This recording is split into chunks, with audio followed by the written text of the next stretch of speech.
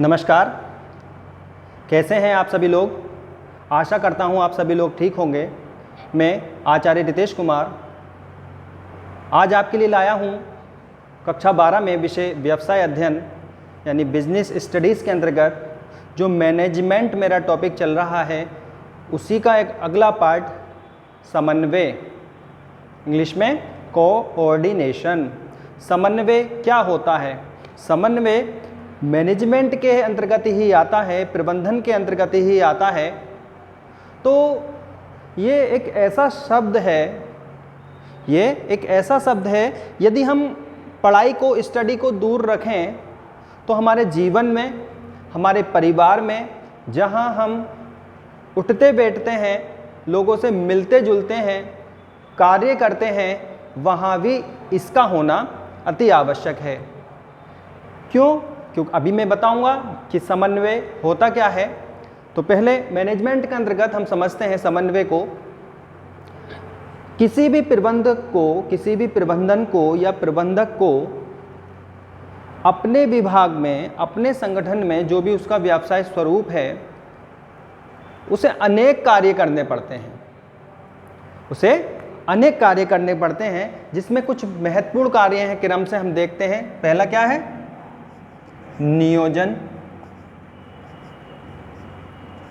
नियोजन के बाद प्रबंधन के मैं कार्य बता रहा हूं। मैंने पिछली वीडियो में आपको प्रबंधक के कार्य बताए थे, जो प्रबंध के कार्य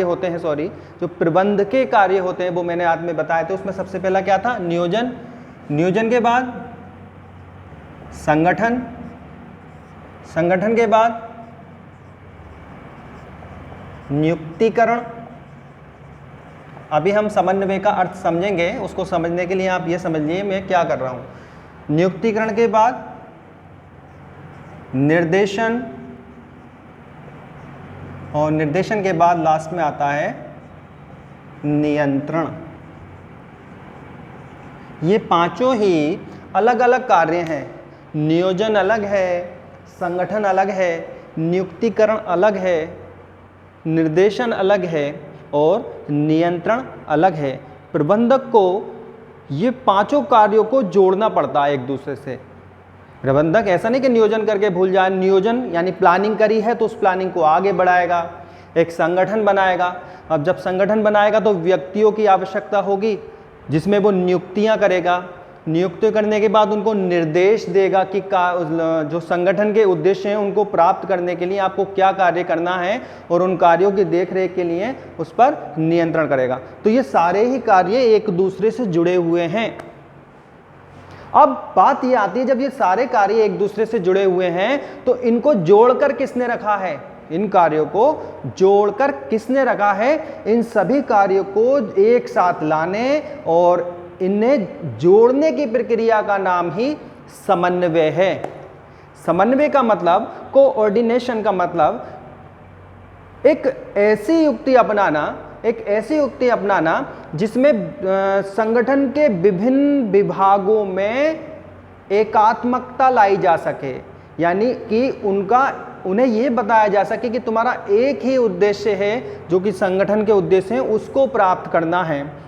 तो यदि हम सारे विभागों को नहीं जोड़ेंगे तो बहुत मुश्किल हो जाएगा कि उस उद्देश्य को प्राप्त किया जा सके।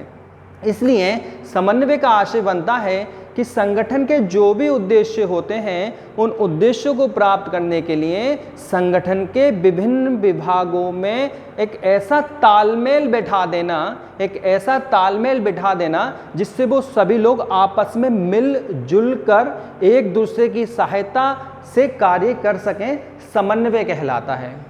ठीक है। समन्वय का मतलब बहुत सिंपल और साधारण भाषा में आप ये समझिए, तालमेल। अभी मैंने थोड़ी देर पहले बताया था कि समन्वय केवल प्रबंधन में ही नहीं, हम जहाँ बैठते हैं, उठते हैं, रहते हैं, जहाँ हम कार्य करते हैं, वहाँ यदि जो व्यक्ति भी कार्य कर रहे हैं, जो भी हमारे साथ के हैं, वो चाहे वो परिवार में ही हो या हम जहाँ हमारा वर्किंग प्लेस है, जहाँ हम कार्य करते हैं वहाँ ही हो, यदि हम लोगों में आपस में तालमेल नहीं है, आपस में हम लोगों की नहीं बनती है, तो हम कहीं ना कहीं उस संगठन के उद्देश्यों से पीछे हट जाएंगे, उसमें कुछ ना कुछ बाधा उत्पन्न अवश्य होगी।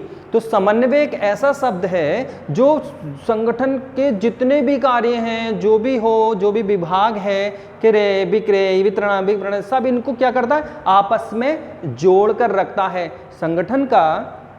संगठन का एक कार्य दूसरे कार्य से कहीं ना कहीं टच करता है। ऐसा नहीं कि एक कार्य खत्म तो दूसरा नहीं। अब मान लो हम खरीद कर लाए, कोई माल हम खरीद कर लाए या कच्चा माल हमने बनाया है, कच्चा माल लाए, उससे हमने निर्माण करा पक्के माल का, तो निर्माण करने छोड़ कोई देंगे? निर्माण के बाद अगला प्रोसेस क्या आता है, उसको बेचने का। तो ये दोनों क्रियाएं क्या हैं, एक दूसरे से जुड़ी हुई हैं। बेचने के बाद उन्हें वितरण करेंगे, मार्केट से बहुत सारी चीज़ें हैं। तो ये कहीं ना कहीं प्रबंधन में, व्यवसाय में चीज़ें एक दूसरे से कहीं ना कहीं टच करती हैं। यदि उनको अलग अलग कर दिया जाए तो जो संगठन के उद्देश्य हैं वो कहीं ना कहीं पिछड़ जाएंगे। तो उन सबको एक साथ जो बनाए रखा है उसको, उसी युक्ति को समन्वय कहते हैं, कोऑर्डिनेशन कहते हैं, जो लोग एक दूसरे की सहायता से अगले कार्यों को अंजाम देते हैं। यहाँ पर जो समन्वय है, समन्वय कहाँ से प्रारंभ होता है और कहाँ खत्म होता है? समन्वय नियोजन से प्रारंभ होता है, प्लानिंग से चालू होता है, और वो संगठन, व्यक्तियों का जो समूह बनाया गया है वो संगठन, उसमें नियुक्तिकरण करके, निर्देशन देके, नियंत्रण करके, ये सारी चीज़ यानी कि ये सारी चीज़ों को शामिल किया जाता है। यानी कि समन्वय नियोजन से चालू होकर नियंत्रण पर खत्म होता है। ठीक है, समन्वय नियोजन से चालू होकर नियंत्रण पर खत्म होता है। समन्वय शब्द मैंने आपको प्रबंध के कार्यों के अंतर्गत और समझाया है, तो उसमें भी आप इसको समझिए। ठीक है, तो ये समन्वय का अर्थ है। एक बार और मैं समझा देता हूँ कि संगठन के जितने भी विभाग हो, क्रय हो, विक्रय हो, रोकड़ हो, कार्यालय हो, लेखांकन हो, स्टोर हो, जितने भी विभाग हो, उन सब में आपस में एक दूसरे से कहीं ना कहीं टच होते हैं, कहीं ना कहीं मिले हुए होते हैं। तो उनको जो मिलाने का कार्य है, उनमें जो तालमेल बिठाने का कार्य है, वो कार्य ही, वो युक्ति ही समन्वय यानी कोऑर्डिनेशन कहलाती है। आप लोगों ने देखा होगा, यदि आपके कोई फ्रेंड हैं, आपके दोस्त हैं, अगर उन लोगों से आपका तालमेल नहीं बैठा तो क्या होगा, बात बिगड़ेगी ना। तालमेल यदि नहीं बैठेगा तो कहीं ना कहीं बात खराब होनी ही है। तो संगठन में यदि ऐसा ना हो, इसलिए प्रबंधक का महत्वपूर्ण दायित्व है कि वो सभी चीज़ों को, सभी विभागों को, सभी दायित्वों को एक दूसरे से जोड़कर चले, जिससे कि संस्था के, संगठन के उद्देश्यों को प्राप्त किया जा सके। तो यह है समन्वय। आपके लिए सीधा साधा एक सिंपल शब्द तालमेल। आपका तालमेल ठीक नहीं है तो लोगों से आपकी नहीं बनेगी, उन कार्यों को प्राप्त नहीं किया जा सकता। ठीक है, तो ये समन्वय के अंतर्गत आता है। तो कहाँ से चालू होता है समन्वय? नियोजन से चालू होता है और नियंत्रण पर खत्म होता है। ठीक है, तो ये समन्वय के अंतर्गत आते हैं। अब चलते हैं समन्वय की विशेषताएं मैंने बताया था, जब मैंने प्रबंध के कार्य कराए थे तो उसमें समन्वय भी आया था। तो मैंने ये बोला था इन आगे प्रबंध के अंतर्गत इन सारे ही जो कार्य हैं, इनके अलग अलग चैप्टर हैं, सबकी अलग अलग विशेषताएं हैं, अलग अलग महत्व हैं, अलग अलग कार्य हैं। जैसे जैसे ये आते जाएंगे मैं आपको उपलब्ध कराता जाऊंगा। चलते हैं इसकी विशेषताओं की ओर। क्या करेंगे? विशेषताएं। प्रबंध जो टॉपिक है इतना डिफ़िकल्ट टॉपिक नहीं है, एक नॉर्मल टॉपिक है। आप उसको आराम से एक टॉपिक को समझते हुए, जैसे मैंने आपको समन्वय बताया, इसको टॉपिक को समझते हुए इधर उधर ही हमें घूमना है। समन्वय कहाँ घूम रहा है? समन्वय एक टॉपिक के चारों ओर घूम रहा है, वो है कि सभी विभागों में इस प्रकार का तालमेल बिठाए रखना जिससे जो संस्था के उद्देश्य निर्धारित किए गए हैं उनको प्राप्त किया जा सके। अब जो भी मैं बोलूँगा वो सारा इसी के इधर उधर घूमेगा, क्योंकि समन्वय का मतलब ही यही है कि सब में इस तरह का एक तालमेल बिठा दो कि जो संस्था के उद्देश्यों में प्राप्ति में गड़बड़ ना हो। ठीक है, उसको आसानी से प्राप्त किया जा सकता है। तो विशेषता देखते हैं। विशेषताओं में नंबर 1 यह है सामूहिक कार्यों में एकात्मकता। लाता है। यह है यानी समन्वय सामूहिक कार्यों में एकात्मकता लाता है। एकात्मकता लाता है क्या मतलब, जो अलग अलग विभागों में अलग अलग तरह के कार्य किए जाते हैं तो उन सबको एक साथ जोड़ के लाता है, उन सबको एक साथ एक समूह में बांध के रखता है, यानी कि उसमें एकात्मकता लाता है। ठीक है, यानी कि जो अलग अलग विभाग अलग अलग कार्य कर रहे हैं, उसका कार्य अलग ना हो जाए, उसका कार्य अलग ना हो, उनका उन सबको मिलाकर उन्हें यह बताना है कि भैया तुम्हारा उद्देश्य एक ही है, जो कि संस्था के उद्देश्य निर्धारित किए गए उनको प्राप्त करना है। यानी वो सारे कार्यों में एकात्मकता लाता है, मतलब एक बनाए रखता है। ठीक है, दूसरा है, यह है कार्यवाही में एकता लाता है, में एकता लाता है। अब देखो जितनी भी मैं विशेषताएं कराऊंगा वो कहीं ना कहीं इससे जुड़ी हुई होंगी कि वो ये किसी तरह इन सबको एक कर दे, सबको जोड़ कर रखे। ऐसा नहीं कि ये विशेषता हेडिंग है, लेकिन उसका सार थोड़ा थोड़ा वही है कि क्योंकि इसका अर्थ ही यही है कि ये सबको जोड़कर चलता है। तो क्या यह कार्यवाही में एकता लाता है, ये सबको एक बनाए रखता है। जो विभिन्न प्रबंधक हैं, भिन्न भिन्न स्तरों के प्रबंधक हैं, भिन्न भिन्न स्तरों के कर्मचारी हैं, भिन्न भिन्न विभाग हैं, उनकी इस कार्यवाही में क्या लाता है, एकता लाता है। उनको ये दर्शाता है कि आप संगठन के लिए कार्य कर रहे हैं, तो आपका उद्देश्य भी एक ही है। तो क्या करता है, ये एकता लाता है। ठीक है, नेक्स्ट है, यह है निरंतर चलने वाली प्रक्रिया है। ये निरंतर चलने वाली प्रक्रिया है। यह निरंतर चलने वाली प्रक्रिया है। निरंतर चलने वाली प्रक्रिया है, ऐसा नहीं कि बस उन्हें बता दिया कि भाई चलो तुम्हें ऐसा करना है, नहीं, बार बार उन्हें ये दिशा निर्देश, बार बार उन्हें ये बताना पड़ता है संगठन के व्यक्तियों को कि आपका उद्देश्य क्या है। निरंतर चलने वाली प्रक्रिया नहीं है। ऐसा नहीं कि एक बार बनाया और ख़त्म, एक बार बना दिया कि सब लोगों को साथ मिलकर कार्य करना है, नहीं, उसके साथ हमेशा ये बताए रखना है, बनाए रखना है, ताकि ये ऐसा नहीं कि आज ही हमने समन्वय बिठाला और आज ही ख़त्म। नहीं, ये अगर हमने समन्वय आज बिठाला है तो जरूरी है कि ये निरंतर चलता रहे, निरंतर उन लोगों में तालमेल बैठा रहे। इसलिए कहा जाता है कि समन्वय एक निरंतर चलने वाली प्रक्रिया है, एकदम से खत्म होने वाली प्रक्रिया नहीं है कि खत्म करी और शुरू करी और खत्म। यह है सर्वव्यापी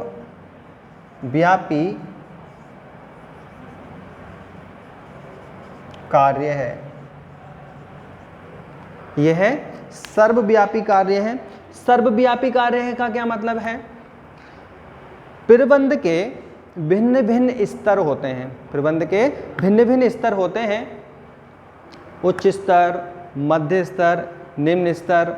ठीक है, तो क्या है, ये सर्वव्यापी कार्य है, यानी हर जगह व्याप्त है। ये प्रत्येक जो कर्मचारियों का स्तर है उसमें जो अधिकारी वर्ग है, उनके अधीनस्थ वर्ग हैं या छोटे कर्मचारी हैं, उसमें क्या है, सभी में समन्वय होना चाहिए। ठीक है, यानी इसलिए कहा जाता है कि ये सर्वव्यापी है। सर्वव्यापी का क्या मतलब है, सर्वव्यापी का मतलब ये सभी जगह उपस्थित है, सभी जगह विद्यमान है, सभी जगह है। ठीक है, सर्वव्यापी का मतलब यह होता है। ठीक है, अब आया नेक्स्ट, वही टॉपिक है, यह है सभी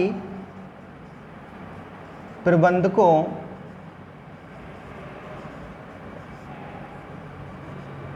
सर्वव्यापी का मतलब है जैसे ईश्वर है सर्वव्यापी हर जगह, वो। ठीक है, यह सभी प्रबंधकों का उत्तरदायित्व है।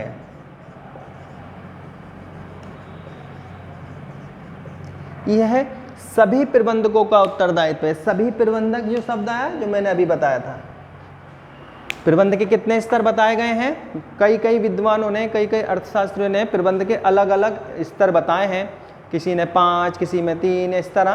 तो मुख्य रूप से प्रबंध के 3 स्तर माने गए हैं।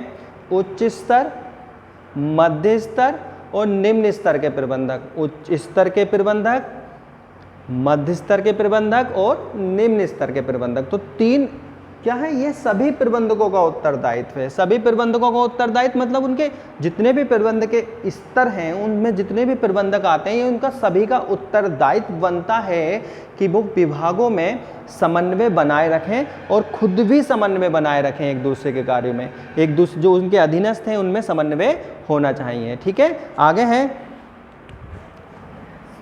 यह एक सोचा समझा कार्य है। सोचा समझा कार्य है। यह एक सोचा समझा कार्य है भैया। ऐसा नहीं कि जो है बिना सोचे ही समन्वय बिठाया, नहीं, ये इसकी एक प्रक्रिया है। सोचा समझा कार्य नियोजन से चालू होता है, उसे अगले स्तर पर कैसे ले जाएं, फिर अगले स्तर पर कैसे ले जाएं, फिर अगले स्तर पर कैसे ले जाएं। तो इसके लिए पूरी की पूरी एक सोची समझी कार्यवाही होती है, जिसमें ऐसा नहीं कि हमने बस बिना सोचे ही समन्वय हम बिठा सकते ही नहीं। तो प्रबंधकों को ये माइंड होता है, उनका ये एक युक्ति है, ये उनकी एक कला कह सकते हैं कि वो सारे विभागों में जो कर्मचारी हैं, सारे विभाग हैं, उनमें समन्वय बिठाल रखे। ठीक है, तो ये इसकी कुछ विशेषताएं हैं। इसका महत्व भी है। महत्व के अंतर्गत आप समझ लीजिए, संगठन समन्वय एक दो व्यक्तियों में भी होता है और समन्वय उन बड़े बड़े उद्योगों में भी होता है जहां हजारों वर्कर कार्य करते हैं। तो एक संगठन का जो आकार है, बड़ा हो या छोटा हो, उसमें किसका दायित्व है कि वो सारे लोगों को जोड़कर रख सके। किसका, कौन जोड़े उन लोगों को। किसी की सोच अलग है, किसी की सोच अलग है। कोई केवल अपनी मतलब अपना विकास सोचता है, पर्सनल, यानी अपने जीवन स्तर को सुधारना चाहता है। कोई ये चाहता है कि ये उद्योग बहुत आगे बढ़ जाए। तो क्या, कैसे, यही है उन सब की सोच को, उन सब के जो व्यक्ति अलग अलग सोच रहे हैं, उन सब की सोच को एक जगह इंगित करना कि भैया जो संगठन के उद्देश्य हैं उस पर आपको फोकस ज़्यादा करना है, बाकी चीज़ें बाद में।